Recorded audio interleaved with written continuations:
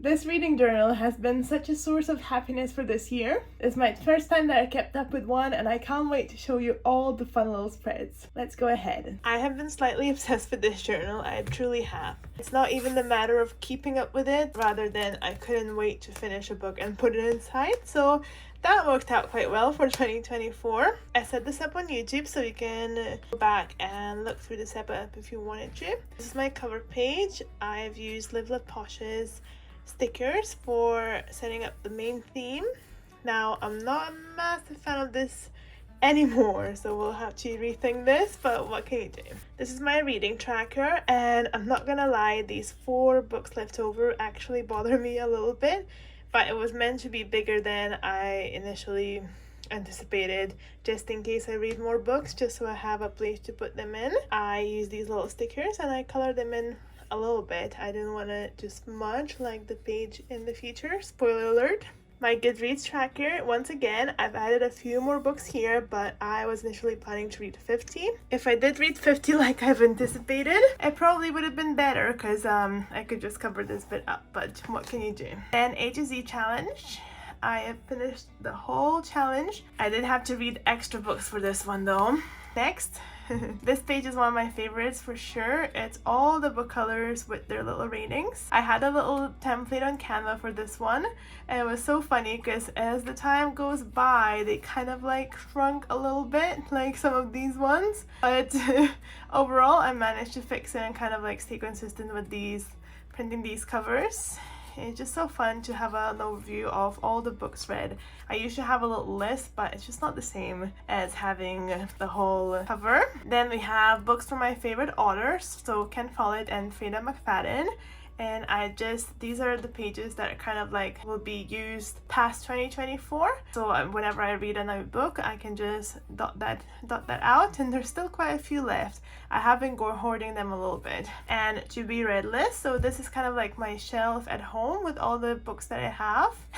There's still quite a few that I've not read. I like buying books. It's a separate hobby, okay? So this will stay as well for when I buy a new book. I just write that in here, and I will just cross them off once I'm finished. I think if I manage to fill this all in and I manage to read them all, then I can make another page. And we have our book bracket, and for this year I feel like I've kind of like unnecessarily used these 2 pages. I don't really love the aesthetic of this one, but it was really fun to set this up and kind of like select a favorite book. So the way it goes, you just select the favorite book of that month, and it's going against the favorite book of the next month.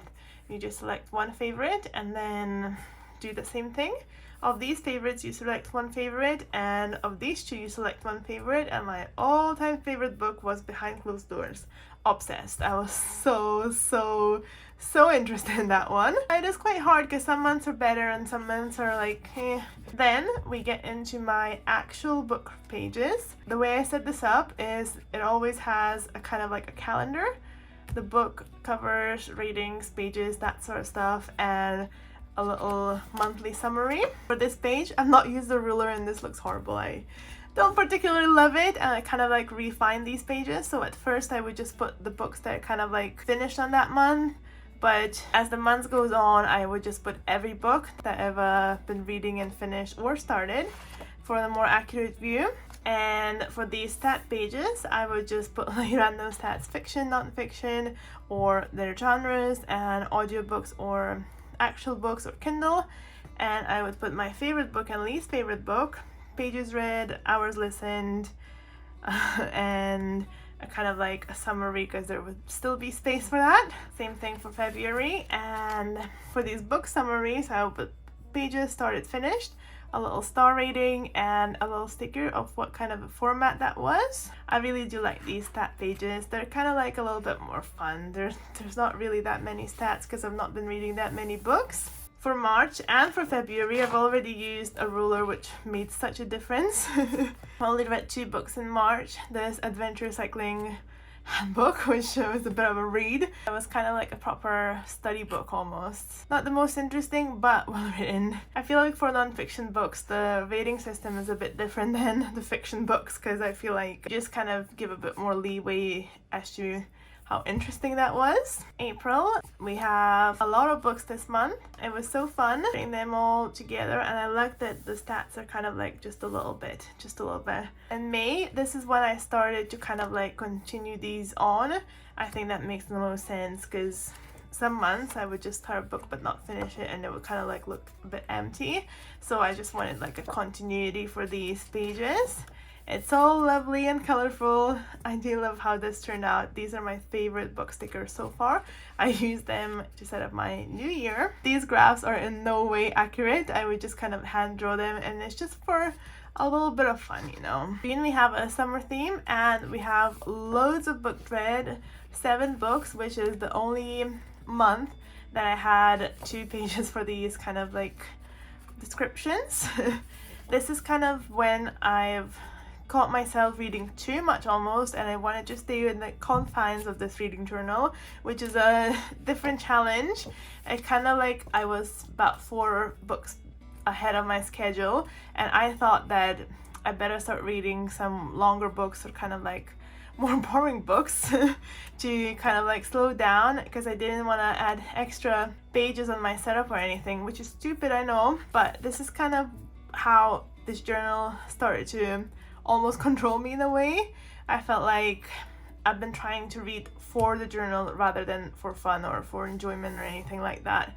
I hope it's a little relatable for fellow book journalers, but yeah, definitely a bit of a funny feeling that way, and it will just be exacerbated later on. I'm gonna tell you that much. I do love August because all the book colors were this brown red shaded, and it was just so good, much better, similar to May. I think this is all like bluish green. I do like these months. Thankfully, I've not started to read just for the colors and aesthetic, which is another kind of worms to open. This is my holiday month, so I probably could have read more books, but I was stuck with Dune forever. Guys, please don't come at me, but it was just too much for me. It was too confusing and too little was happening. Then we get into September. I read I'm Glad My Mom Died and The Nightingale, which were 2 of the most prominent books on the Goodreads. Both good. The Nightingale, heartbreaking. I don't know. It's too much for my little heart. Have our little start pages, so I've just selected I'm Glad My Mom Died for my favorite. October, kind of like a moodier month. And this is when I started reading for my A to Z challenge, and we have an Ultra for U, Walking Disaster, which I kind of saved for W, then Zero Day, which was definitely purely read for the Z, and it wasn't the best read, but Vicious, now this book was amazing. I loved it so much. It's just when the book journal started to control me rather than me controlling it, if that makes sense. And then we have my book club page, which I love. I've started a new book club, which I was so excited about. I've done 1 book that was done virtually for the virtual book club, and then 1 actually in person, and I'll just continue going to the in-person one. This is such a fun book club. It's very modern and the aesthetic is really nice, which I'm sure the book journalers could appreciate. So I've added both of these books here rather than with my monthly reading setup. Then for November, I used these Caitlin Plan stickers, which I thought were so cute for this one.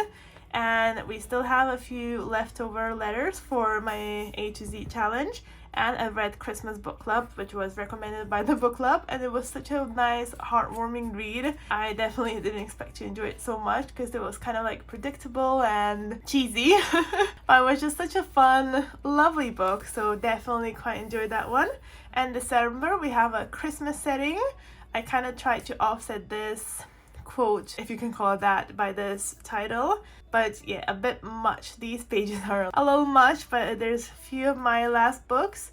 I was so worried that I would not fit these into my 52 slots on the cover pages here, but I ended up, because I've added these 2 little slots here to kind of like add a couple more books, but it actually turned out that I barely was able to finish the last book before the year was up. It's still a lovely reading month because I read Fourth Wing, which is amazing. Everyone probably read it, so I don't have to convince you guys.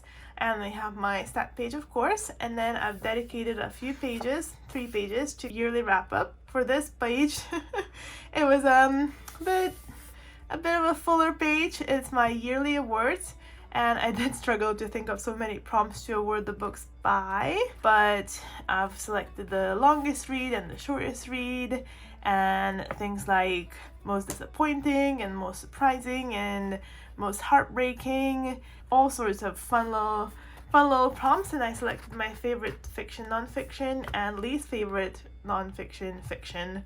Yeah, the Christmas bookshop was very disappointing compared to the Christmas book club. And then we have a couple of these stat pages. I had to put a little sticker over this bit because it was kind of like double smudged type of unfortunate situation here, but I used the same stickers as in my setup pages to kind of like tie this all together. I have my stats, so the pages, and I've only included the pages that I've actually read from the actual books. And I have the hours that I've listed on Audible, average rating, average pages, and audiobooks and books. I have my genre and rating, so I just kind of like divided them into thriller, biography, adventure, other fiction, other non-fiction, which is kind of my dominant genres. And I've added little stars here.